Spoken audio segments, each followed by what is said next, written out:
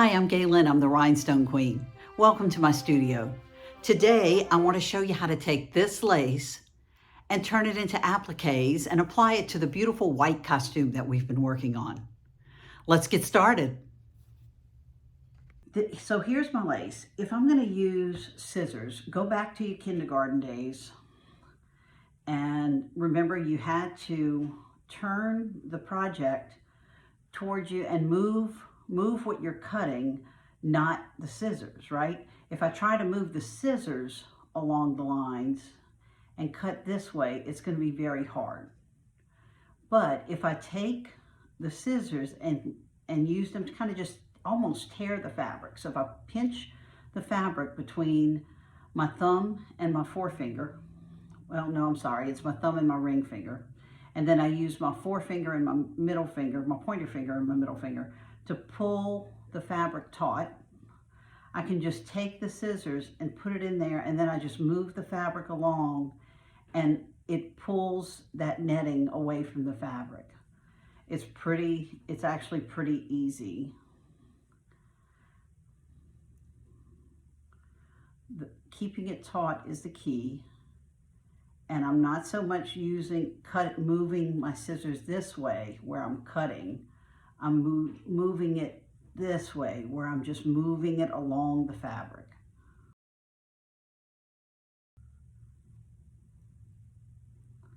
So that's one technique. You can see it takes a little while to do this.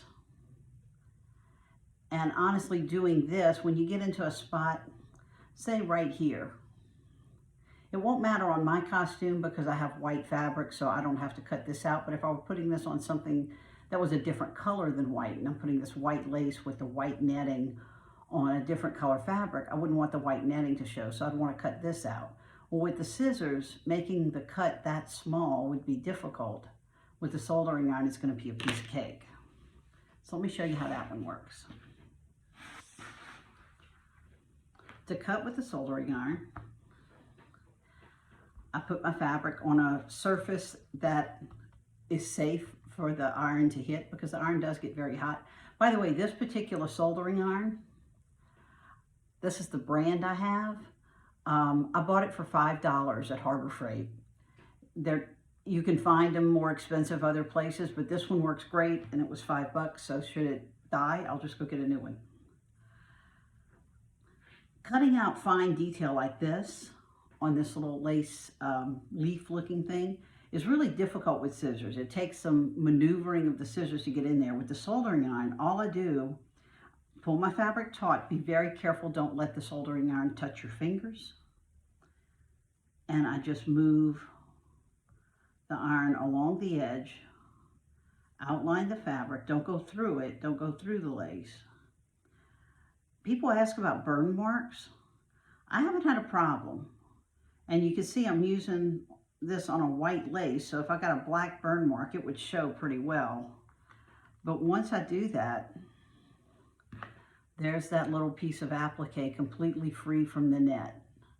So it makes for quick work. And you can see I did that in seconds, whereas if I'd have done it with the scissors, it would have taken me a couple of minutes to get that cut. So it probably cuts your time by, oh gosh, at least a fourth of the time to do it with the soldering iron versus doing it with the scissors. So I highly recommend that. I'm going to go ahead and finish cutting this applique for you. And I'll do it in a high speed so it just goes quick.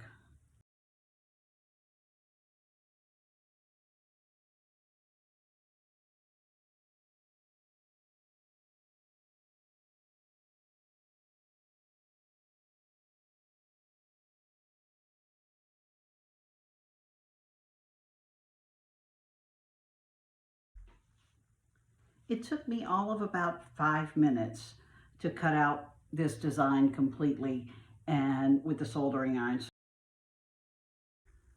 Okay, I'd like to show you this applique. You can see it's heavily beaded. So the challenge when using a beaded applique, let's say I wanted to use just this one flower on my design.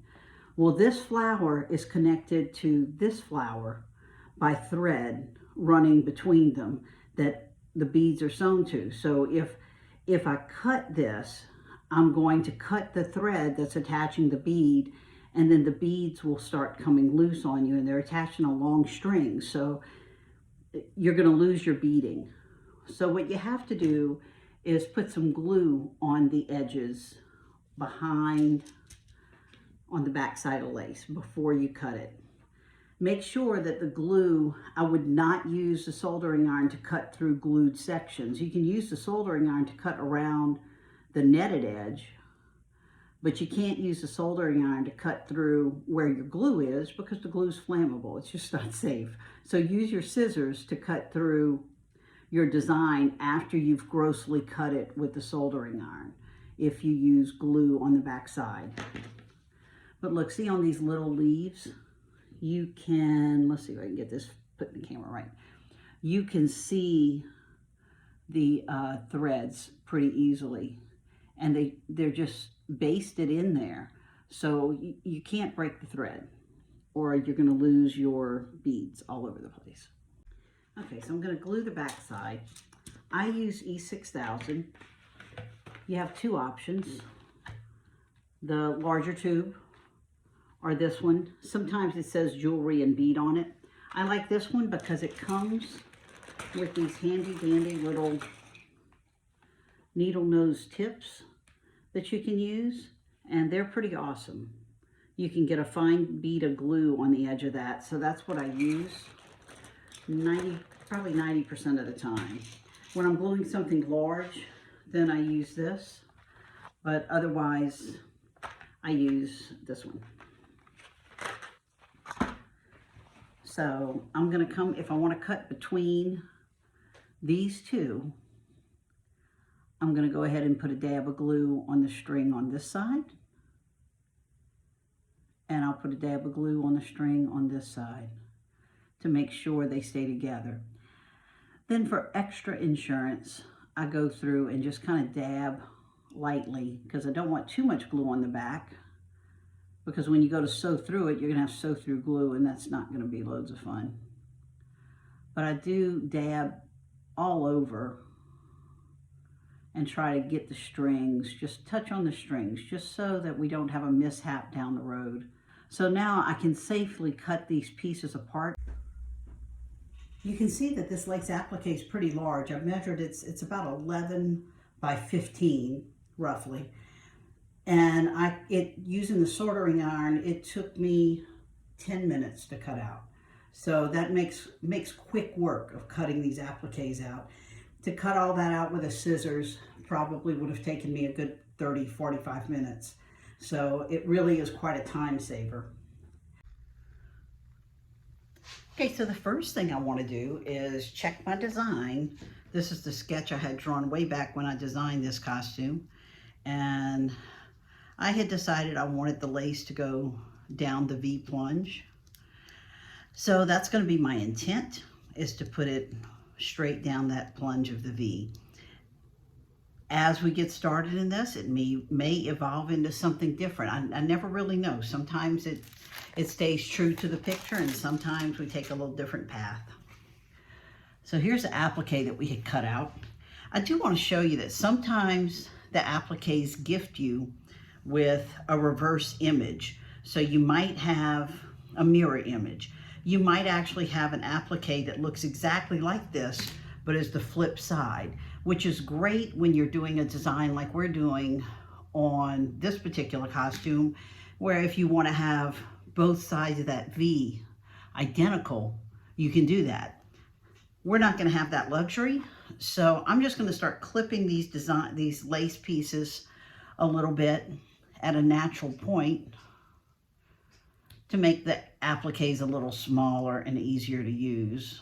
Okay, so there's all my little pieces from one applique. I'm going to go ahead and take the second applique and cut them and match up the pieces.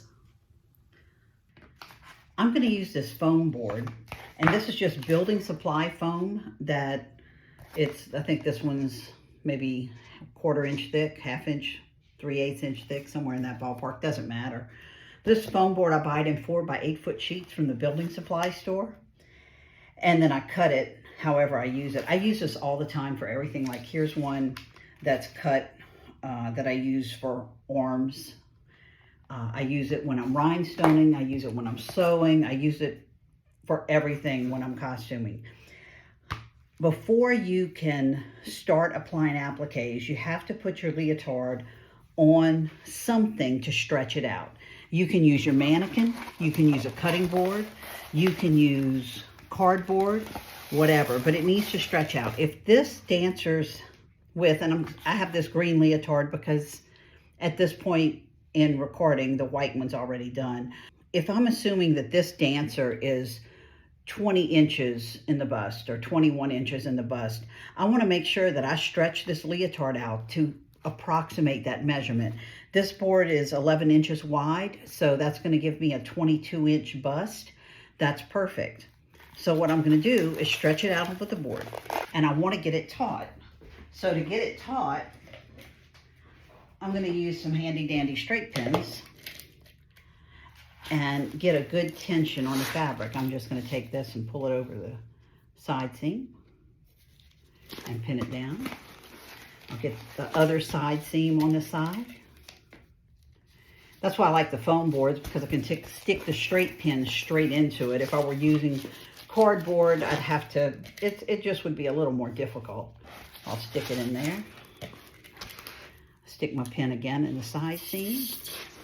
Then I take it, see we've got some tension here. I want to absorb that tension, so I'll take it and pull it down at the bottom and stick a couple of pins in at the bottom. Then I do the same thing at the top, and I'll stick a couple of pins in. Well, that went straight through, didn't it? But I'm going to want it taut. See right here, I've got a little bit of give. I don't want that. I want it to be taut, so I'm going to take it and adjust my pin. I'm going to pull it over.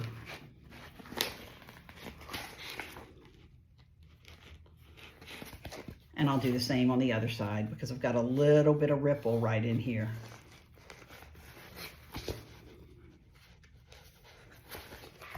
Now I've got a nice smooth surface, so this leotard is ready for embellishment.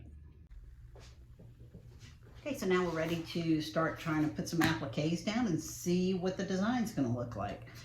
I know this down at the bottom, that little flounce is going to point, so I'd like to have something pointing further down right here. Oops, you can't see, but probably come to about here. So no, I'd like to have that. So maybe something like this would work. I'll lay it. I may want to cut this little piece off. That looks pretty good right there. It's not pointy enough.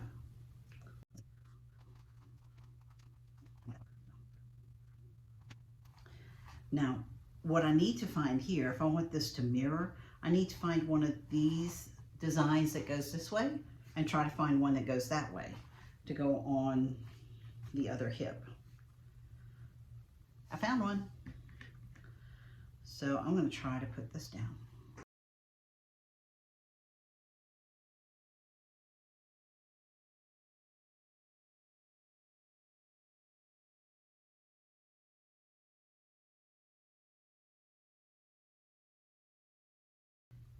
You can see I'm not identical on both sides as far as the appliques aren't identical, but the movement is identical. Oh, well, this one's upside down. Well, that's kind of important. Glad I made a mistake, so you can see that this is recoverable, and it just takes time, and you just lay it out till you get happy with how it looks.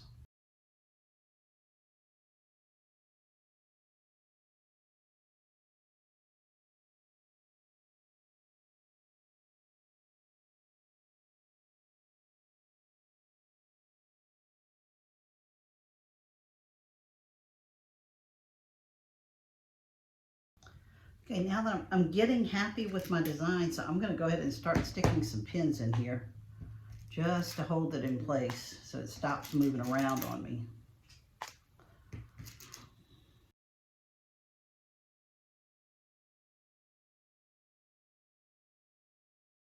So now I've got it pretty much where I think I like it.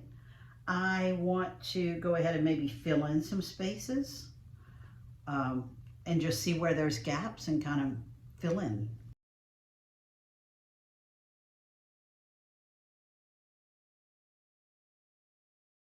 All right, something I want to consider is, do I want the applique to go down to where the skirt attaches? So the skirt attaches on the hip, and I do think I want to let it at least get to right at the edges right here, just because it looks like it needs something.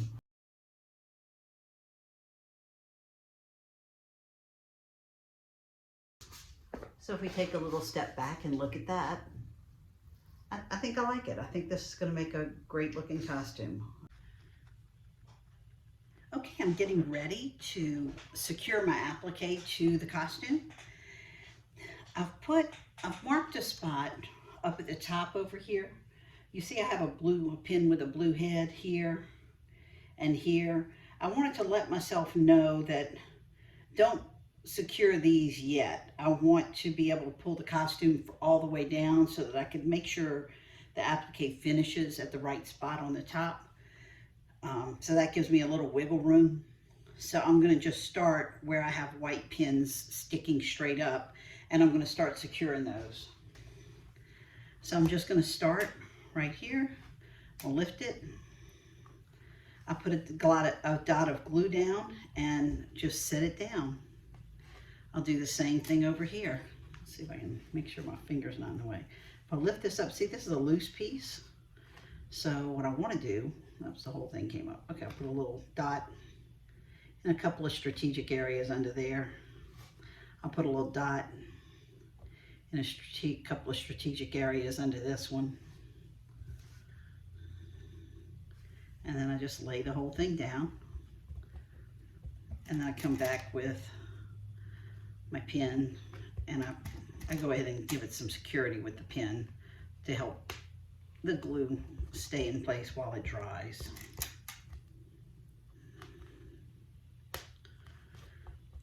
Now if you want, like these little small pieces on the edge, those work well with just the glue as well. So I'm going to take my glue.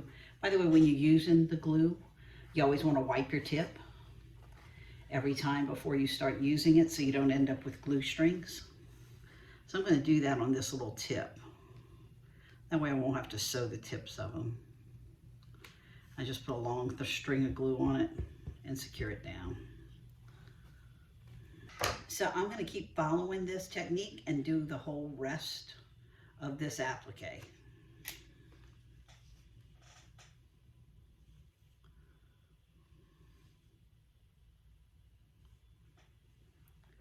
I like using glue and sewing, because if I use glue and sewing, then it gives me double security. I'm not relying on one or the other. By laying my pins down, the sections I've already glued, I can tell what's glued and what's not. So the ones sticking straight up into the foam board, I can easily tell those aren't glued yet. And that's why foam board's so great, because I can stick the pin straight in it. It gives it something to hold on to. So I'll just keep going. I wanted to show you that I glued right here, right where the chiffon skirt meets the leotard. But I'm not going to glue this part yet that's hanging down on the chiffon skirt. I think it's probably going to look best to just fall where it falls. And I'm only going to secure the parts just above the skirting, so that way it has movement. Okay, so I got all of this glued down. You can see I've got my pins going this way. And where the blue one is, that's where I left it unpinned to kind of, not that one. That one didn't go there. Okay, so I've got all my gluing complete. I have everything just kind of dotted. You see this is still a little loose on the edge, a little loose right here. That's okay. I'm going to come back and catch it with a needle and thread. And then right here by my blue pins, that's the part I need to take care of now. So what I'm going to do is unpin my project from the board and slide it down and pin in. So now I can finish the placement of these last few little appliques and see where they're going to go.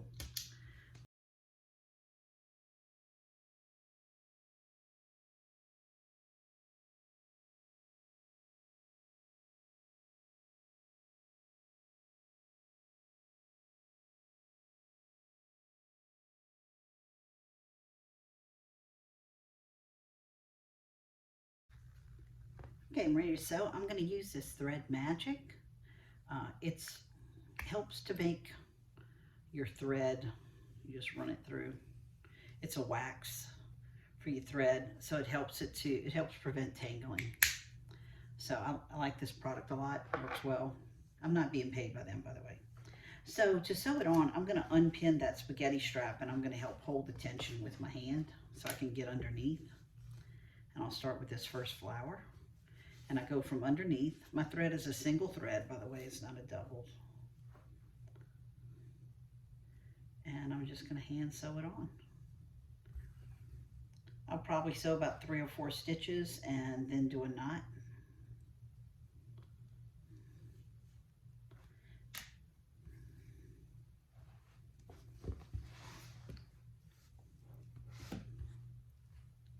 Make sure you can see. In this particular case, with this applique, you can't see the thread that well, so I can even knot on top of the fabric if I want to, because the thread just isn't going to show at all. After we're done, I'll show you what it looks like underneath. It's kind of a hot mess thing. And I'm sewing almost to the edge, but not all the way to the edge. I like to give a little bit of texture to the flower. I could sew it just right around this center circle if I wanted to. But we have leaves and things, and so I want to be consistent, so I'll just sew kind of midway.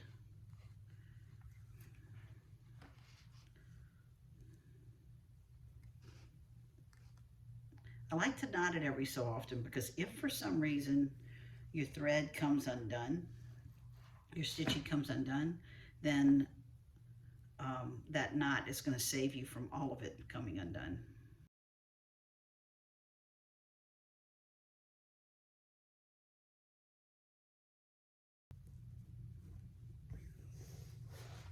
Because this is at the top of the spaghetti strap, that's a stress point, so I am going to sew this in real well. I'm going to make sure I get, make some pretty tight stitches right around this top part of this applique, since that's a stress point.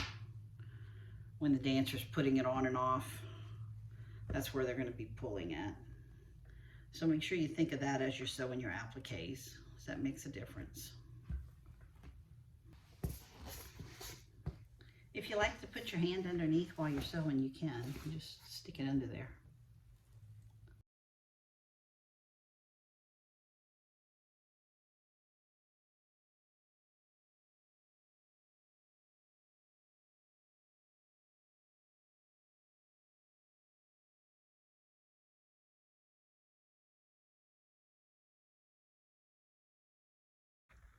I do want to talk a little bit about symmetry of this design with the applique. If you noticed, I achieved symmetry even though my lace was asymmetrical. I've got a leaf pattern here and a leaf pattern here. I've got the little trio of flowers here. I've got the little trio of flowers here. A leaf here and a leaf here. So you see, and then here, the general shape is the same. And so it is here and here. So that's what you're trying to achieve, is the shape. And sometimes you can get the patterns to work for you. But if the patterns don't work exactly, it's okay. Just get the general shape going. But you can see that I have symmetry in my design based on the shape. All right, so there's our costume all appliqued. You can see that it does look a little puckery sitting here, but what's important is when I go to stretch it, this costume has stretch, right? So sewing the appliques, by stretching it out when we sewed, it gives stretch to the non-stretch lace fabric.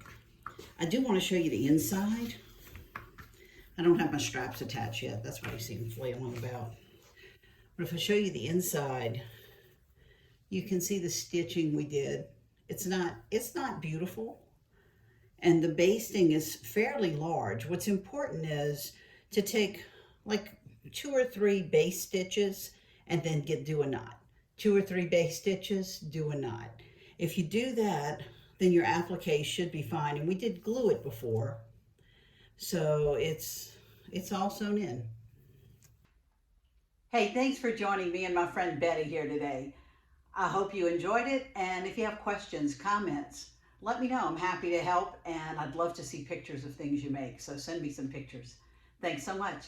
I'll see you next time.